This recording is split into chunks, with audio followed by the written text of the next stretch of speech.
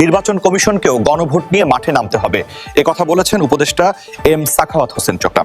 তো দর্শক, চলুন দেখে আসি আরো বিস্তারিত।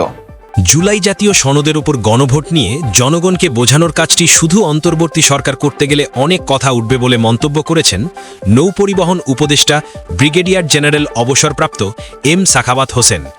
এক্ষেত্রে নির্বাচন কমিশনকেও ভূমিকা রাখার আহ্বান জানিয়ে তিনি বলেছেন, নির্বাচন কমিশনকেও গণভোট নিয়ে মাঠে নামতে হবে। সেক্ষেত্রে যা সহযোগিতা দরকার তা সরকার করবে। আজ বুধবার সকালে রাজধানীর তোপখানা রোডে অবস্থিত সিরডাপের এটিএম শামসুল হক মিলনায়তনে এক গোলটেবিল বৈঠকে এম সাখাওয়াত হোসেন একথা বলেন। সুশাসনের জন্য নাগরিকের সুজন আয়োজনে গণভোট 2026 কি ও কেন শীর্ষক এই বৈঠকে উপদেষ্টা সাখাওয়াত হোসেন প্রধান অতিথি ছিলেন। বৈঠকে এম সাখাওয়াত হোসেন বলে, রাজনৈতিক দলগুলো আগের মতোই চলতে চায় নাকি পরিবর্তন হতে চাইছে এটা শোনা যাচ্ছে না। যেসব বড় দল ক্ষমতায় যাবে বলে মনে হচ্ছে তাদের মুখেও সে ধরনের অঙ্গীকার শোনা যাচ্ছে না। বাংলাদেশের একটা বিশাল বিপর্যয় আমরা প্রত্যক্ষ করলাম। একটা প্রতাপশালী সরকার, ক্ষমতাচ্যুত আওয়ামী লীগ সরকার তাসের ঘরের মতো ভেঙে পড়ল। রাষ্ট্রীয় কাঠামো, সমাজ, আইন শৃঙ্খলা রক্ষাকারী বাহিনী সব ভেঙে পড়েছে। সবকিছু একটা ইলিউশনের ওপর দাঁড়িয়েছিল। সে সময় কেউ ব্যতিক্রমধর্মী কোনো কথা বললে গুম, খুন, জেল, না হয় সামাজিক সুবিধা থেকে বঞ্চিত হতে হতো। সাখাওয়াত হোসেন বলেন, এখন আমরা কি চাইছি? সেই অবস্থাতে ফিরতে চাচ্ছি?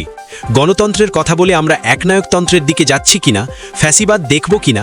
ভোট বাক্স ক্যাপচার দখল হবে কিনা? মন্ত্রণালয়কে পরিকল্পনা ওপর থেকে চাপিয়ে দেওয়া হবে কিনা? আগের মতো অবস্থা না চাইলে ব্যবস্থা বদলাতে হবে বলে মন্তব্য করেন সাখাওয়াত হোসেন। তিনি বলেন, সেজন্য গণভোটের সংস্কারের বিষয়গুলো জরুরি। কিন্তু এটা হবে কিভাবে? এটা নির্ভর করবে প্রথমত ভোটারদের ওপর। নির্বাচনের সময় বাকি 1 মাস। গণভোট নিয়ে সরকারের পক্ষ থেকে প্রচার যতটুকু হচ্ছে ততটুকুই দেখা যাচ্ছে।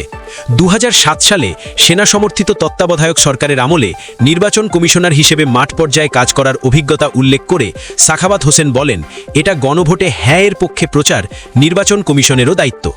এবার নির্বাচন কমিশনের কাজ ভোটের পাশাপাশি গণভোট কি সেটা জনগণকে বলা। ইসিকে অনুরোধ করব, আপনারা মোবিলাইজ করুন। শুধু ভোট নয়, গণভোট কিভাবে হবে সেটা জনগণকে বোঝানোর চেষ্টা করুন। প্রয়োজনে অন্যদের সহযোগিতা নিন। এই কাজটা শুধু সরকার করতে গেলে অনেক কথা উঠবে। নাগরিক সংগঠনগুলোরও নির্বাচন কমিশনকে সহযোগিতা করার আহ্বান জানিয়ে এই উপদেষ্টা বলেন, এটা অত্যন্ত জরুরি। ভবিষ্যতে যাতে অতীতের মতো শাসন ব্যবস্থা না দেখতে হয় সেজন্য এটা করতে হবে। সরকার প্রচার করছে নির্বাচন কমিশনকেও গণভোট নিয়ে মাঠে নামতে হবে। সেক্ষেত্রে যা সহযোগিতা দরকার তা সরকার করবে। সুজনকে জেলায় জেলায় গিয়ে প্রচার এবং অন্যদেরও যুক্ত করে 2007 সালের মতো সহযোগিতা করার আহ্বান জানান উপদেষ্টা সাখাওয়াত। তিনি বলেন, সরকার যাই করুক না কেন গণভোটের বিষয়টাকে জনগণের দুয়ারে নিতে সুজনের মতো সংগঠনের ভূমিকা দরকার। এক্ষেত্রে নির্বাচন কমিশনের ভূমিকাও আরও জোরালো হওয়া প্রয়োজন বলে আমি ব্যক্তিগতভাবে মনে করি।